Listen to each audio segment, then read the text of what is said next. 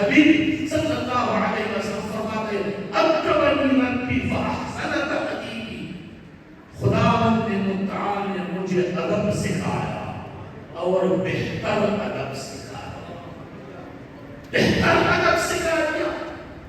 اب صحابہ کرام نے، بندگان نے، جس نے جتنی بھی ادب کی اعلیٰ منصب پا لیا، خداوند متعال نے اس کو اپنا اتنا مقام بھی پیدا کر دیا۔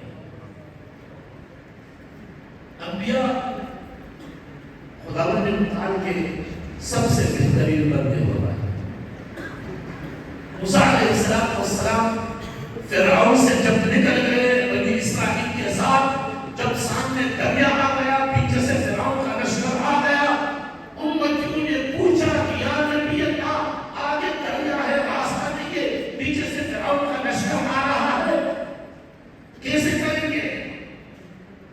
حضرت موسیٰ علیہ السلام اولو العزم نبی ہے، اس نے فرمایا ان معی ربی سیہدین، ان معی ربی سیہدین، میرے ساتھ میرا پروردگار ہے، وہ مجھے ہدایت کا راستہ دے گا۔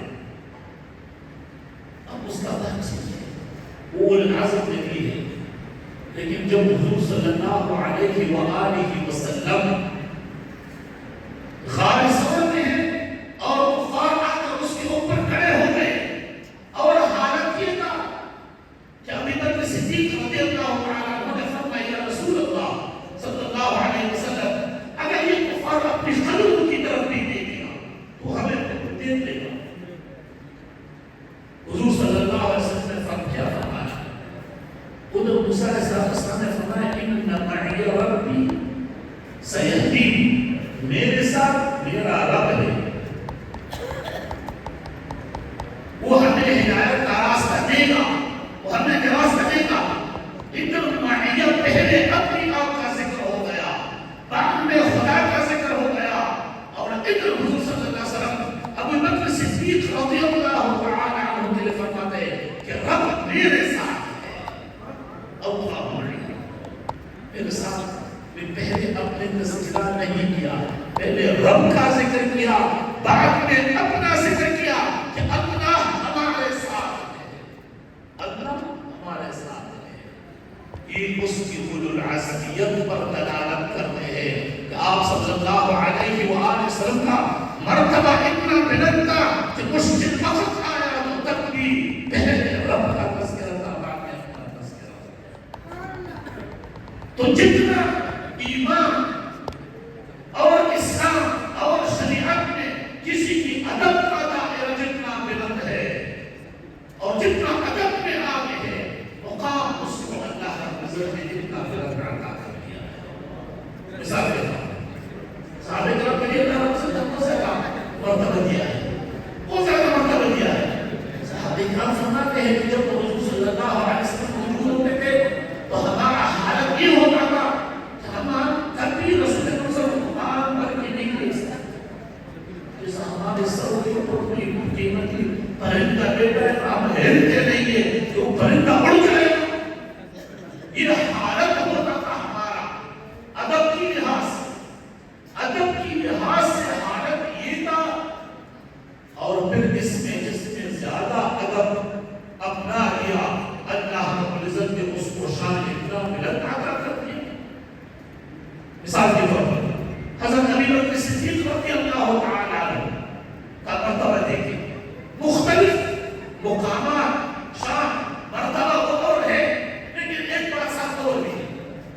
حضور صلی اللہ علیہ وآلہ وسلم صحابہ کرام کے ساتھ مشورہ کیا کرتے تھے، مختلف امور میں اللہ رب العزت نے حکم دیا تھا وَشَاوِرْهُمْ فِي الْأَمْرِ، اپنی امور میں صحابہ کرام کے ساتھ مشورہ کریں، مشورہ کرتے تھے، لیکن صحابہ کرام سے مشورہ مانتے تھے، صحابہ کرام مشورہ کرتے تھے، لیکن حضور صلی اللہ علیہ وآلہ وسلم نے پوری زندگی میں جب بھی حضرت ابو بکر صدیق رضی اللہ تعالی عنہ سے مشورہ مانگا تو کبھی بھی حضور صلی اللہ علیہ وسلم کی بات کے خلاف اس نے مشورہ نہیں کیا،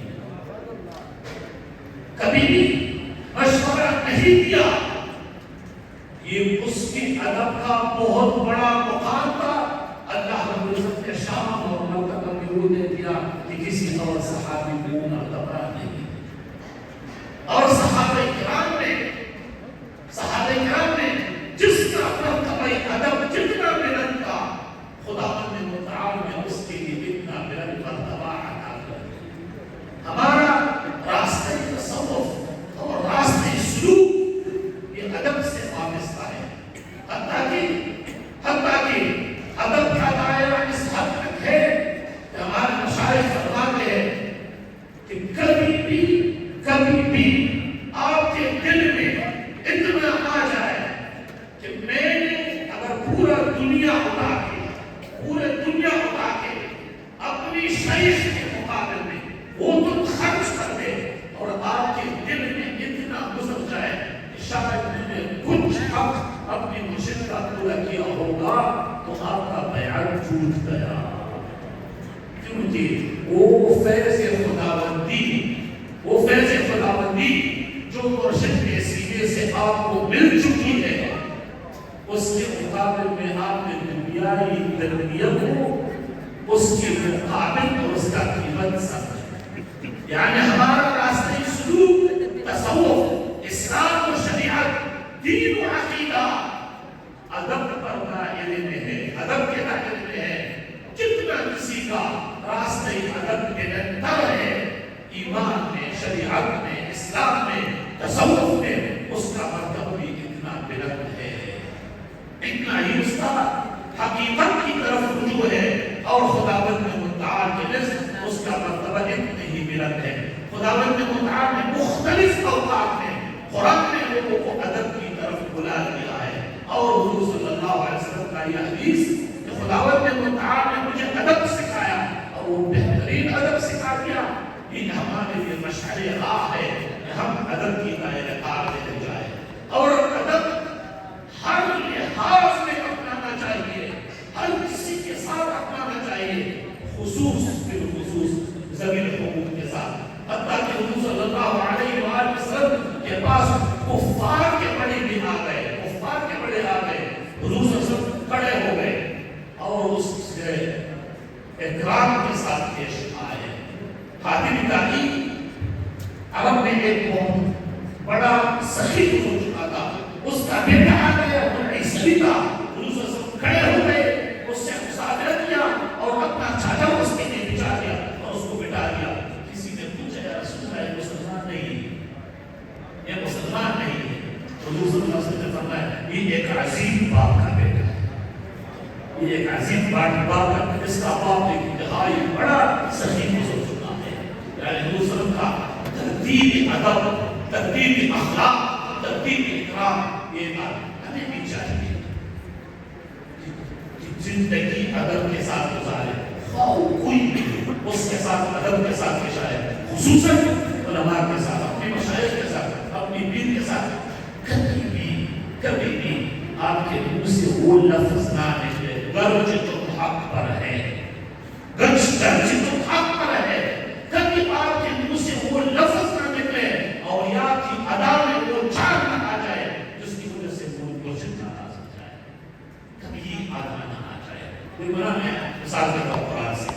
اللہ رب العزت فرماتے ہیں اپنی والدہ کے بارے میں وَلَا تَقُلْ لَهُمَا أُفٍّ وَلَا تَنْهَرْهُمَا، اپنی ماں باپ کے سامنے اف تک نہ کہو. مفسرین فرماتے ہیں کہ والدین کی ادب کے لیے جو اف تک منع ہے اور واجب ہے ادب، یہ حتیٰ یہ واجب اس کے لیے ہے کہ اگر اسے قرآن خاصا آپ کی ماں باپ کا حافظ ہے تب بھی ادب لازم ہے. تو ادب کا دائرہ کار کتنا وسیع ہے، ادب کا دائرہ کار کتنے وسیع ہے. اور مفسرین فرماتے ہیں کہ وہ آداب جو رسول اکرم صلی اللہ علیہ وآلہ وسلم کی ذات کے لیے مختص ہے، اگر ایک وارث رسول اکرم صلی اللہ علیہ وسلم کی کا ایک وارث ہو تو بحیثیت وراثت و طریقہ